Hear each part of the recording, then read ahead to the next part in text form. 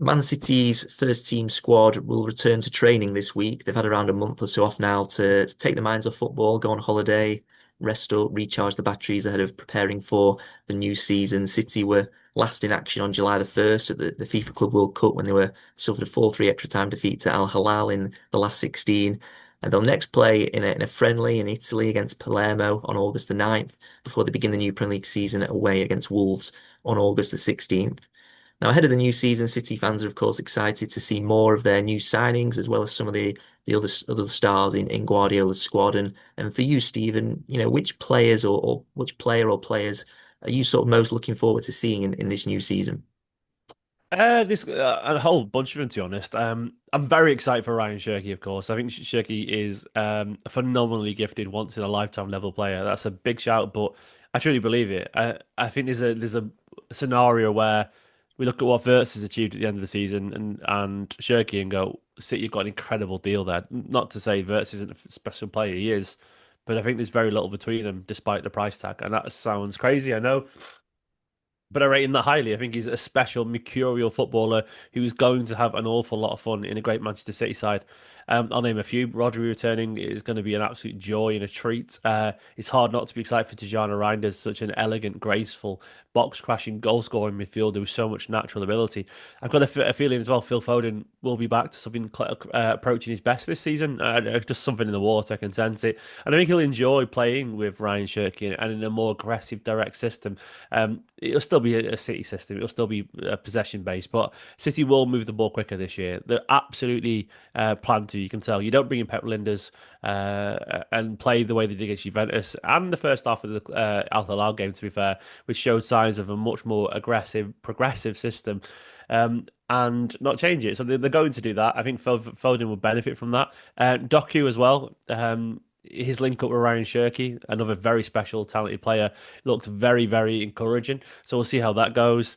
And we'll see how Vardy gets on a centre back as well, because he looks like he's set for a stint in his preferred position there. We haven't seen that at all since he signed for Manchester City. He's been playing as this marauding left back, getting forward and scoring goals. We're going to see how good he is as a centre back alongside Ruben Diaz, which should be fascinating. And who knows, maybe James Trafford, if he finally confirms the move, he's about to confirm it as we're recording this. I presume it's happened.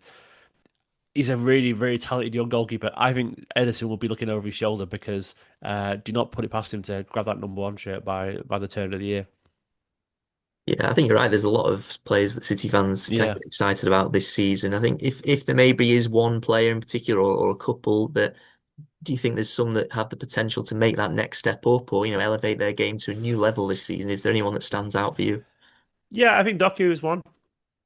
Uh, Doku, I've always been a bit unsure of how far he'll go. I'm not sure if he just is who he is, but I think the fact that he's going to have someone overlapping for the first time, uh, he was showing signs in the Club World Cup, and it's only a couple of games, I know that, but he was getting so much closer to the goal, and he was attacking the back post better.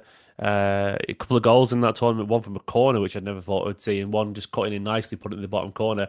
I think his game will go up with the movement better behind, better around him. So I can't wait to see how he develops. I think he could be the one to take the next step, and maybe Savinho. Maybe Savinho's confidence will rocket a little bit.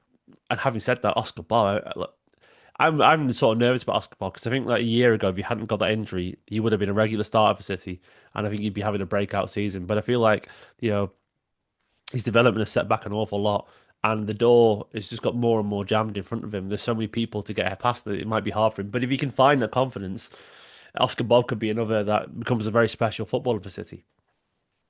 Yeah, exactly so. And you mentioned there Doku as well. He's received a lot of love online, I think, from City fans in recent weeks. He's impressed, obviously, at the World Cup, like you said, and he'll hope to sort of nail down a regular spot under Guardiola and contribute with more goals and assists, I think. And the same can be said for Savinho as well, who's really admired and rated highly by Guardiola. If they can do that, sort of contribute, get those goal and assist numbers up, Yeah. I think that would really benefit them. And yeah, and also I think Rodri as well. Obviously he had that long injury if he comes back to the level that he showed before that injury, I think it'll be a huge boost for City, won't it? Yeah, Rodri is. I think we forget just how good he is. My hot take is that I think if Rodri was available last season, still City still challenge for the title. I don't know if he'll win it, but I think we do. I think the knock-on effect of Rodri staying fit means the players are more in control. They're running less. That the injuries are lesser.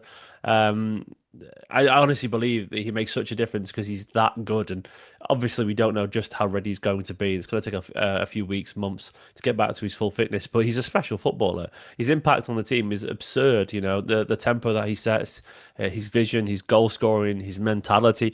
Rodri being back, is such a unique blessing for Manchester City to the point where I think as we look around, you see Arsenal signing Gyökeres, Steven Mendy, Norgard, Madueke, and et cetera, et cetera. Chelsea signing loads of great players, and Liverpool signing Wirtz and maybe even Isak on top of Etikite and all the other players and Kirkez and Frimpong. Like there's great signings everywhere.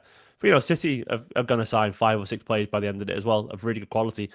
But we have Rodri. Like, I know it sounds mad, but I think as much as you sign all these people, Mendy and Norgard and whatever, we've got Rodri. Like I think Rodri is such a leveler. If Rodri's at his best, he makes you any team better in the world. And I truly believe he's that good that he controls any midfield he's against Rodri, and that immediately gives you the upper hand. And I think Rodri coming back, if he is the same player that he was before he went, and I think he will be for what it's worth. I think Rodri's too good and too confident to have doubts within his body. It'll just be a few games until he finds his rhythm.